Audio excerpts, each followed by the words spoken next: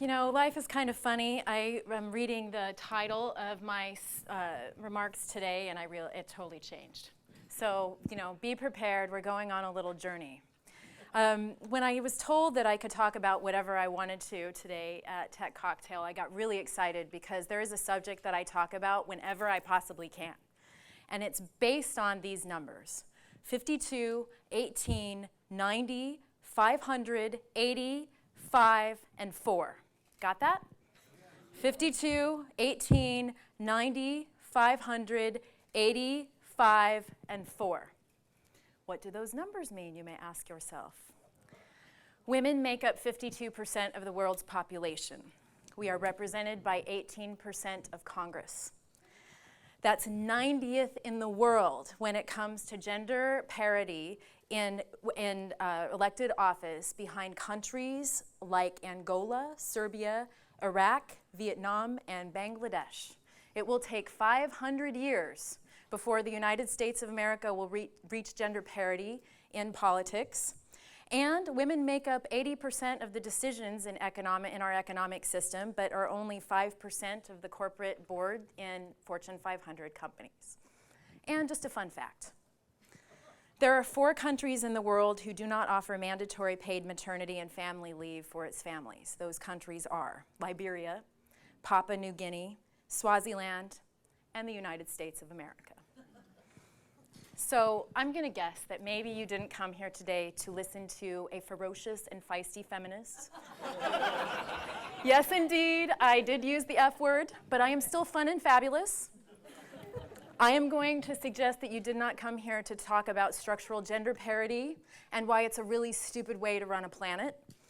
So then I thought, all right, well, then I can tell you the story of democracy.com, you know, give you the investor pitch and like the technology back end and, you know, blah, blah, blah, blah, blah. But I thought that would be kind of boring. So I am going to talk a little bit about a personal story. Something fundamental and very personal. This is a true story. On Monday, I was sitting in my apartment in New York, and there was a Matrix marathon, the movie, The Matrix. Love those movies. And it was the second Matrix movie where Smith, you know, Agent Smith is replicating himself and then Neo kicks his ass anyway. I love that scene, right? So if you've watched that scene recently, I didn't know this, I didn't realize this, but there is something that Agent Smith says that I wasn't paying attention to right before he replicates himself. And this is what he says. We are not here because we are free. We are here because we are not free. Clearly, I'm not doing an impersonation. There is no escaping reason. There is no denying purpose. Because as we both know, without purpose, we would not exist. It is purpose that created us. It is purpose that connects us. Purpose that pulls us and guides us and drives us. It's purpose that defines us and purpose that binds us. Now, I'm just going to thank the gods of fictional screenplay technology that I was given a concrete thesis to bring to you today, to this real world. Now, one might ask oneself, is this the real world? Have you taken the blue pill or have you taken the red pill? So this is a little story about purpose. I know everybody talks about purpose on the stage. It's what we're all doing here, right? The Downtown Project is like a project of purpose. I mean, delivering happiness, the book that Tony wrote, is purpose.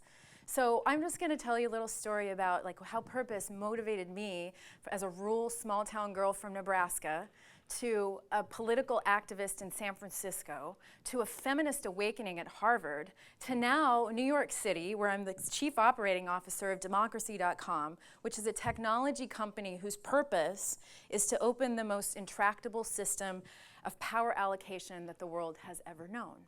Ah, easy, what a great, a simple story. So it all started when I was leading the project in San Francisco to build the San Francisco 311 Customer Service Center. Now, this is a totally impossible project. It was 2007.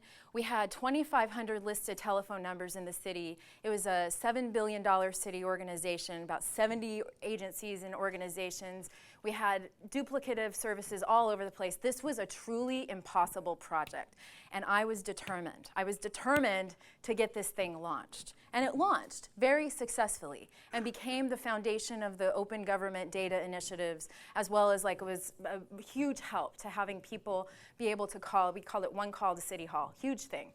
But one of the things that was really surprising to me after this successful launch is that I was totally miserable, completely burned out, and I was totally inspired and confused about what to do next. And then, just like Agent Smith gave me such a gift on Monday night, there's certain things and certain times where we get messages from the universe that give us exactly what we need to hear. So I was in such a state that I was literally listening to this audiobook called The Dark Night of the Soul, which was written in 12th century about existential human angst. I mean, we're talking, this was not good. So to lighten my mood, I picked up a book by Henry David Thoreau called Walden. And this book was this guy, Henry David Thoreau, a philosopher, sat in a shack next to a pond for forever, pondering life. And so this is what I read in a section called Economy. It was, I would not have anyone adopt my mode of living on any account. I desire that there may be as many different persons in the world as possible, but I would have each one be very careful to find out and pursue his own way, and not his father's, or his mother's, or his neighbor's instead. Now, this really spoke to me at that moment because I realized, it was really interesting, I realized that I was leading this huge monster technology project, transformational government, big deal, and I was motivated entirely by ego. I was doing this because I wanted to prove that a young woman from rural Nebraska could kick ass and do a totally impossible project, which is cool. You know, it was good. I also, wanted to fulfill the dreams of my mother and my grandmother, who were, they had ideas of independence and adventure that they couldn't actually succeed in, they couldn't reach in their lives. And so I wanted to help them or show that it could be done, right? And I also wanted to press the mayor of San Francisco and deliver this on-time, on-budget project, because here was what I thought, that if I did this thing, that suddenly the world would open and there would be this red carpet that would just be launched out in front of me in a world of access and power and money and riches and a wonderful, hot second ex-husband. And that did not happen. It did not happen. But then I kept reading the book. And there was another section called Philanthropy, which is a lot about service. And there's a line in that book that says this: there are 1,000 hacking at the branches of evil, but one who is striking at the root. And it was that line that really kind of gave me a context to work that I had been called to do, I suppose, or that I was doing. That I truly believe technology has the possibility of transforming at the foundation. That my purpose became these two things: seek only to work in foundational projects, strike at the root, and related to that, elevate women to positions of leadership. Because we see in all studies, psychological studies, empirical studies, financial studies, that if you have a diversity of perspectives in your leadership teams and in almost any decision-making process, you will get better policy, you will get better decisions, companies will make more money, and things will just go a lot better. So I devoted myself to this cause. And it was this articulation of purpose, which is the thesis of my comments today, sort of helped make a calibration of choices for all things. And I hope that that's what you can be asking yourself, is where in your life can you articulate your purpose? Because let me tell you, it takes you on a wild ride. I mean, since then, I've done all sorts of interesting, weird things. I mean, I was the president of the San Francisco Women's Political Committee, and we used technology to do a social media play to try to gender balance the Board of Supervisors and help more women get elected to boards and commissions. At the same time, I was working with Mayor Ed Lee to do a resilience project to help how we can rebuild San Francisco after it falls down in the next earthquake, because it will. And as a result of that, San Francisco's cool. I'll tell you where to live. Don't worry. You can come talk to me if you want to live there. I'll make sure you're safe. But this work actually got me to go do graduate work at Harvard. And I was really excited because I was going to have the opportunity to work with the best minds in the whole world about all this stuff, change and implementation and all that. And you know what I discovered at the Big H? Nobody has a clue. Nobody has a clue. They don't know. It's like no one knows how to transform all these impossible projects. We're all just sort of left to innovate to our own devices. And so, all right, that's fine. Nobody knows. I don't know. You don't know. So all that we can possibly do is try. And it was that purpose that was moving me to my next step. So what happened was, and I'm getting to democracy.com, don't worry. What happened was I realized I was going to just go for the Elevate Women thing because it's going to help all the stuff that I started this speech with. It'll help policy. It'll help all that. Health care and choices and calming the wars down and all. We know, right? So that's what I did. I planted myself in Ohio to do some women's vote initiatives during the presidential campaign, and then I got this call from two of my colleagues, my classmates at Harvard. Now, these guys had been sitting in the Harvard Innovation Lab thinking about how they were going to transform politics through technology. And I've been in politics for 25 years, and I've seen, 500 gazillion of these ideas, fall flat. Like, everybody wants to use the internet to change politics. Fine. I'm like, but they had democracy.com, so that's a pretty groovy URL, I'd say. I'm like, all right, well, they're offering me this position of chief operating officer, so that's kind of Sheryl Sandberg-esque, I clearly have no trouble leaning in. It's often I have trouble picking myself up after I fall over. So that was cool. And then I thought, well, all right, let's talk about this foundational change, like the striking at the root, the women thing. And the gorgeous brilliance of democracy.com is that it's actually structured to reflect the foundation of our political system. There are roughly 550,000 people serving in elected office in the United States of America at any given time, which also means there's around 800,000 people who are running for office. So customer base, hello. And if we can empower these people with integrated technology tools for free, and we'll talk about that later. You can ask me questions about what free means. 90% of these people actually don't have any kind of technology tools, a web presence, online donations, that sort of thing.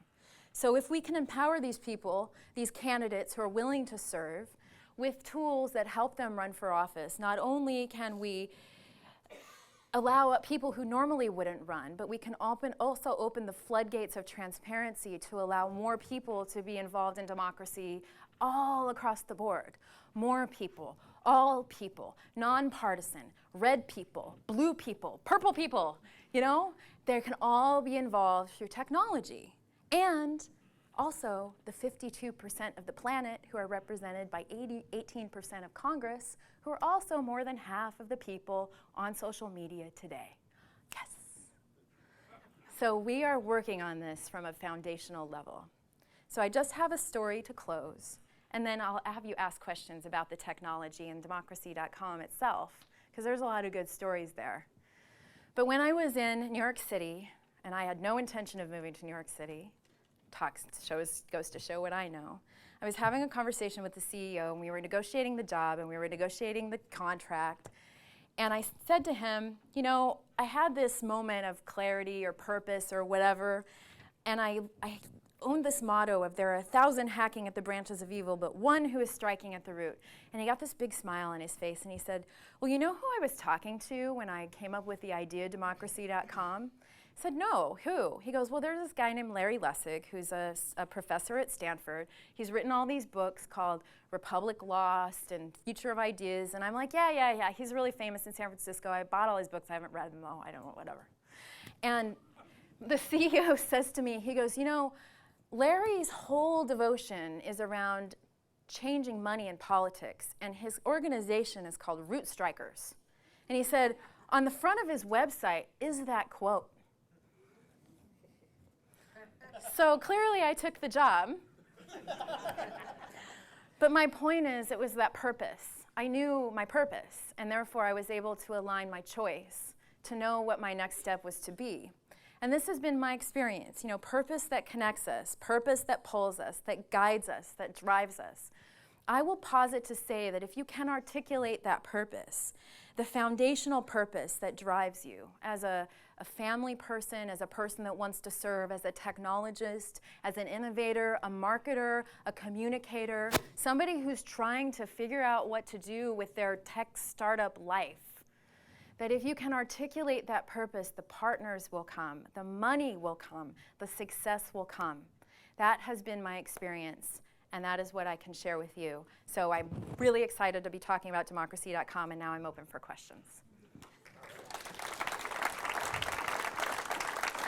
All right. Thank you so much. We've got some questions for you. Here we go. First one right here.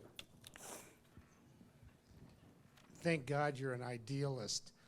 Where's that coming from? Oh, hi. Right here. Hi. I have just one question. There's a political situation that's been changing over the last 4 years, which has been the advent of money from other means into the political process. What effect is that going to have on what you're trying to do? And how can you stop that process? Well, it's definitely not the role of democracy.com to stop the process. That's going to be all of you working with your elected officials and doing what you can to make sure your voices are heard. So here's the uber idea about democracy.com that's based on the idea of transparency in government, which is those super PACs and those people giving money are actually going to be able to, they can give money through democracy.com to the candidates that they want. You know, what we hope is that having more human beings involved in the process will actually, all of you individuals, will kind of level out the big money that we're seeing in the super PACs. I mean, we saw it in the presidential campaigns, right, where small dollar donations transform the political system. And then really it's going to have to take a lot of work around transparency. Now, what we'd like to see, I'm sorry, that is not a we. This is Heidi speaking as an individual, representing no one, as a nonpartisan person. What I would like to see is that we start with the transparency piece. I mean, you know, you can't see who's giving money to these super PACs. So at least we can have some, and I really apologize, I'm getting on a soapbox around policy, so just give me a moment and pretend like you didn't hear it if you don't agree. Because democracy.com is really cool and you should all be involved and you should all check it out. About the ability to see who's giving this money. And even if we can just get simple legislation to be able to see the donations, then we can at least have a sense, like you as individual citizens can see what's happening, who's actually influencing your elected officials, and all of that. I mean, the idea that we have now is that if you are just so pissed off about what's going on in the country, you can get up and run for office, get on democracy.com, build your profile in 10 minutes. You can have online donations, a web presence, commit to vote, volunteer activity, outreach, social integration, and event management, like instantly. So that's the idea. Great. There's two questions on this side. Jen, do you have one over there? Yes, there was one over here. And then over here. Hi, I'm so glad you're here. I just moved to Vegas, and I think it's probably one of the most sexist cities in the country. So I'm Sexy really or sexist? Sexist. Oh, okay. So I'm really glad you're here. But my question is why do you think working for democracy now is the best place for you to be finding your purpose or committed to that? Democracy, where does, Sorry, say that again. democracy.com. Say that, could you repeat the question again? Why do you think working for democracy.com is the best place for you to be solving the problem that you're committed to? Because if you get upset, and I hope that you do, you can actually instantly run for office and you can change your community. Like I hope to inspire some of you for political action. That's the whole point. Have you considered running for office? Of course. Of course. Why would I do this for my whole life? I just have to find a community that will have me. Okay, we got two questions over here. So, Heidi, good. My quick two-part question fast. Number one, what about news and media within that environment, and adding into that as far as obviously communication? And you talk about areas of interest in politics. For example, what areas are you focused in on specifically? Let's use currently what's happening right now in Syria and cyber, for example, with people who actually are protesting within the United States right now, arguing about that they're not getting a fair look what's happening in the world, but they're also here politically not getting any support within their own constituents within the United States. Well, two answers to that question. One, number one, democracy.com is a nonpartisan platform. We only enable candidates currently. So candidates can talk about whatever they want, and we hope that they will. But secondly, we definitely have an international focus. We have a global strategist that's worked on worldwide conflict resolutions. We have these unbelievable networks of advisors. So we do have certainly interest and hope that we will be able to launch in other countries. Egypt, Syria, Middle East, you name it, we're ready. We want to do it. Well, this is our proof of concept for sure. We launched, I should have pointed out, we launched our version 1.0 MVP 4 weeks ago. And we're gaining about 5 to 7 candidates a day, and it's growing exponentially. So we're hoping the proof of concept will show us how we can navigate this in other countries. We as a platform are completely agnostic around issues. So it's always a challenge to make sure that we maintain that perspective. As for news and media, it's not part of our product package, but I'm certain there will be future communication opportunities and all of that. I've got a question right in front of me, Jen. I've got people raising Yeah. their hands too. I want to thank you very much for what you're doing. And I'm sure you probably know that in Cambridge, Massachusetts, where I was very blessed to live for 20 years, one citizen, a math professor at Harvard, created the Cambridge Civic Journal. It lists every candidate. It allows them to feed into that. And so this model does exist. It does work. And in Cambridge, they have proportional representation elections. And it's a very complicated election situation where the votes actually trickle down once you're eliminated from the slate. So I don't want to talk too much about that right now. All of your figures, I'm on the same path doing it in a performing world, trying to elevate the visibility of the power of having the other 50% of the people on the planet be participating. We fought for that vote, so I just want to say thank you very much. But the model does exist in Cambridge. I'm sure you're aware of that. Oh, yeah. Are there questions up front here?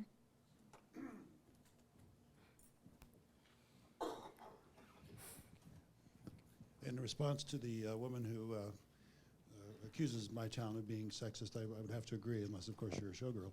I've lived in Las Vegas 5 times and became a feminist in the 70s, and how just sitting here thinking about it, it was the inspiration of the natural strength of women, the dissatisfaction of the relationships I was having because they were so strange, because women had not yet come into their own, and also being educated by women. And I'm wondering how you can inspire other men and educate other men to be champions of women. That is my ultimate quest in many ways. That's why I use the F word all the time, because I clearly do not dislike men. And it is essential that we all are in partnership with each other in terms of mentoring and providing opportunities and looking at our own groups to see where we can bring in unheard voices. I mean, that's really the key. What I have found over the years is this is all about awareness, right? Like, it's just selection bias says that we bring people who are similar to us toward us in our groups. But if we're good managers, good startup innovators, we should start looking at our leadership teams and say, what are the perspectives not being heard here? You find that also interesting in politics, where having women at the table around urban planning and transportation is essential, because there's a physical experience that women have when they're moving around the world, that carrying babies, pushing strollers, that things like curb cuts and heights of buses become actually an issue where you need a diverse perspective. So it's just kind of that idea of, where are we in our groups, especially if you're selling something through your startup. We know women make up 80% of the decisions about how to use a house, how to spend a household's money. Make sure you have a perspective, like diverse perspectives of your product, your customer service process, as well as like how you're selling. So it's really about awareness. All right, let's hear it for Heidi. Thank Yep. you so much.